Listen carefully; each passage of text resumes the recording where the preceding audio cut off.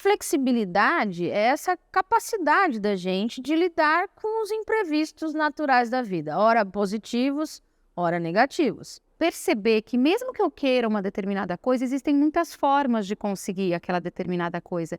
E eu posso não ser rígido, eu posso me adaptar a um ambiente para poder conseguir aquela coisa de diversas formas e de diversas possibilidades bastante distintas. A gente levar a criança a pensar sobre o que é ser flexível em termos de cognição, em termos de pensamento, e o que é ser flexível em termos de comportamento. E a gente poder observar a flexibilidade do outro e poder trazer essa flexibilidade para o meu funcionamento, para a minha estrutura.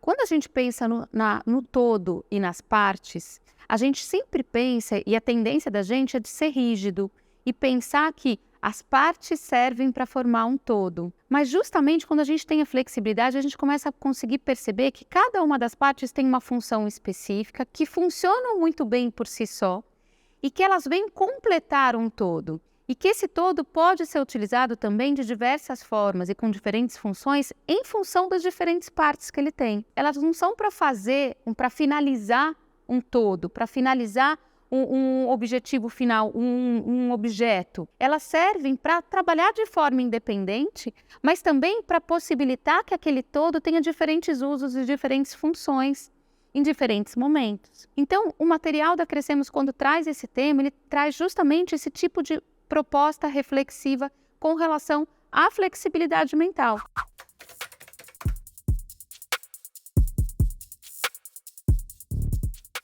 É fundamental que a gente possa entender que nem sempre a solução de um problema está nas nossas mãos. Eu não tenho muitas vezes o controle da resolução de problemas, é o ponto principal que envolve a flexibilidade mental. O problema não foi completamente resolvido ou eu não cheguei ao ponto que eu queria, mas o que eu pude fazer, o meu pensamento, a minha expressão, a minha reflexão é o ponto central. Ter flexibilidade mental é entender que eu posso manter, por exemplo, a minha emoção de estar feliz, eu posso ficar feliz mesmo com outras programações. Que muitas vezes a minha felicidade pode estar não naquela situação propriamente dita, mas em ter visto o outro ficando feliz com aquele momento.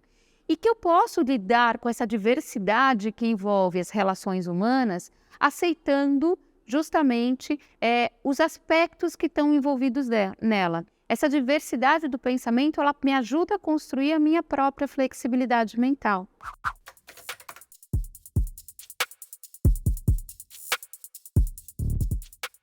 É muito importante que a gente possa fechar essa preparação para a flexibilidade mental para crianças e adolescentes de 11 anos, trazendo isso para eles mesmos, para que eles possam parar para pensar em como eles trazem isso para o processo de aprendizagem. Será que a aprendizagem deles é flexível? Que habilidades eles utilizam para estudar? Parar e olhar para dentro deles mesmos e pensarem que pensamentos, que emoções, que estratégias que eu uso, que recursos que eu sou capaz de desenvolver. Cada um de nós utiliza estratégias e recursos diferentes, mas essas estratégias e esses recursos, eles têm que ser flexíveis também. Eles têm que poder ser utilizados, diferentes estratégias, diferentes recursos para diferentes disciplinas, para diferentes colegas, para diferentes amigos, para diferentes problemas. Fazendo uma reflexão de como a gente funciona, de como que a gente estuda, de como que a gente memoriza, de como que que estratégias que eu utilizo para resolver um determinado problema ou para estudar um determinado conteúdo. Por quê? Porque se não está dando certo, eu preciso saber olhar para o meu lado. O que está bom e que a gente faz bem e por que a gente faz bem. E o que não está bom, como que eu posso modificar isso para ficar bom? Que diferentes estratégias outras pessoas usam que pode ser que dê certo para mim, que eu posso experienciar, que eu posso vivenciar e posso chegar à conclusão que talvez tenham mais sentido para eu utilizar do que aquelas que eu já vinha utilizando. Como que eu sinto que é melhor para mim?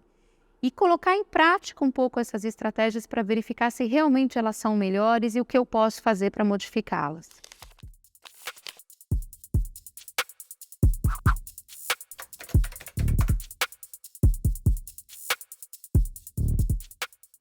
O dinheiro, ele tem múltiplas funções na sociedade, né? Ele tanto pode, é uma ferramenta que tanto pode ser usada para atividades muito benéficas, gerar empregos, gerar economia, enfim, atender às nossas necessidades, como também ele pode ser usado para, enfim, atividades que não beneficiam em nada a sociedade. Mas é importante que a gente enxergue o dinheiro como uma ferramenta. E muitas vezes, se você tem uma visão rígida sobre o dinheiro, então o dinheiro é feio, dinheiro é sujo, acumular dinheiro é errado, você limita o seu potencial e a sua capacidade de gerar dinheiro e de fazer as coisas boas que o dinheiro pode trazer. Então, ter flexibilidade também para enxergar o dinheiro como ferramenta e como um canal para você poder usar da forma como você imagina para realizar seus sonhos ou para empreender, para criar algo novo, para construir alguma solução para a sociedade, é muito importante para que a gente não fique preso a determinadas crenças e visões negativas sobre o dinheiro, ou super positivas, né? Que é assim, dinheiro é tudo, também não é, né? Então a gente tem que ter saber navegar e saber entender que o dinheiro ele pode ser usado de diferentes formas, né? Nesse tema, por exemplo, os alunos são convidados, né, as crianças são convidadas a realizar uma prática que não é nada usual na sociedade, que é deixar, por exemplo, o ingresso de cinema pago para a pessoa que vem depois, ou um lanche na cantina pago para um coleguinha, que é uma forma diferente de lidar com dinheiro na sociedade. Então, é uma maneira da gente começar a plantar a sementinha de que a gente pode repensar os modelos, reinventar a forma como a gente se relaciona com o dinheiro, para a gente solucionar problemas que existem na sociedade.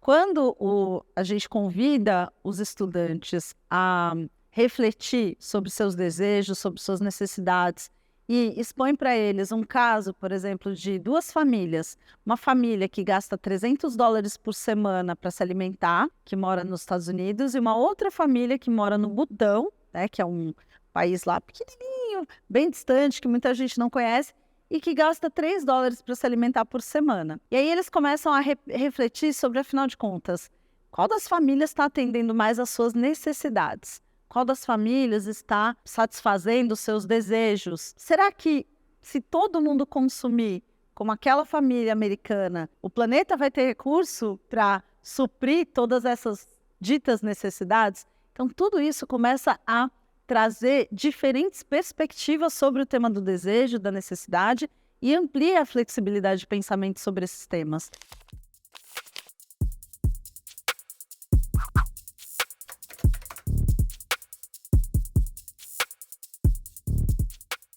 Quando a gente trabalha uma ideia como essa de vou te fazer um favor, vou olhar para você, vou entender as suas emoções, isso volta assim com esse espelho. Pera, eu também tenho essas emoções, eu também tenho esses sentimentos e eles vão ter que conviver nesse espaço juntos. Então, a flexibilidade também está nessa relação que a gente começa a estabelecer. Quando eu começo a perceber o outro, eu levanto, né? Vou brincar aqui, eu levanto do olhar para mim, ergo e enxergo alguém. Então, eu começo a perceber que, opa, não é tudo que, não é o meu desejo. Eu tento sair dessa bolha meu para nós.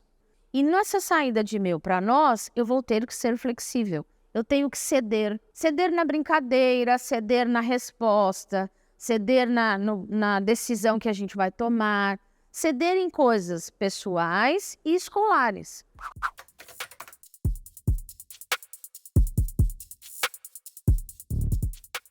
Não é alguém que tem que administrar meu sono, minha alimentação, se eu pratico esporte, como é que eu vivo. Eu preciso tomar isso para mim, ter essa autonomia.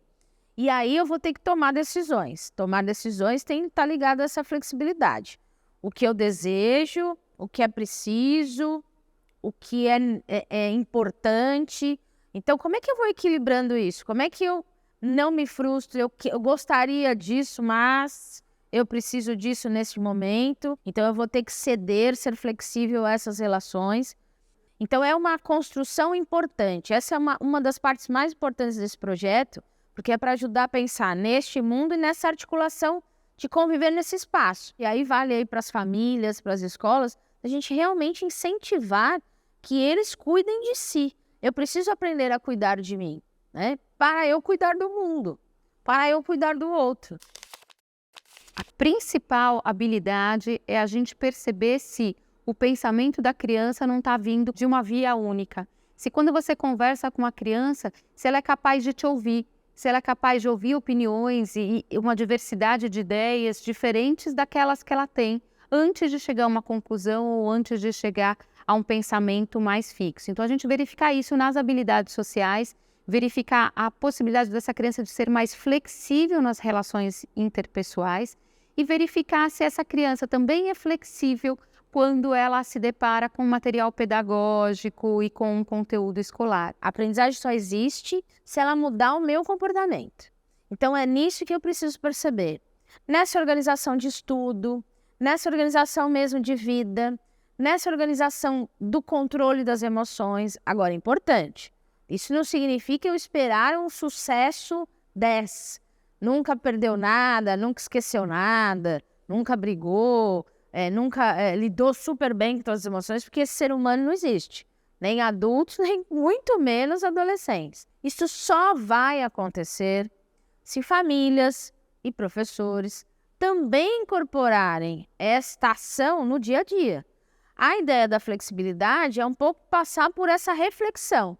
Então, o que nós adultos precisamos fazer para que chegue nesse final com essa competência? É importante que a gente sempre esteja propondo o diálogo reflexivo. Educar dá trabalho. É necessário diálogo. É necessário constância. É hábito. A gente só adquire um hábito quando realmente ele é incorporado na nossa vida. Essa ideia da flexibilidade, dessa organização de vida, do eu, do espaço, para olhar para o mundo, precisa de constância. Vamos em frente, gente. Não tenham medo e encarem o desafio aí com flexibilidade.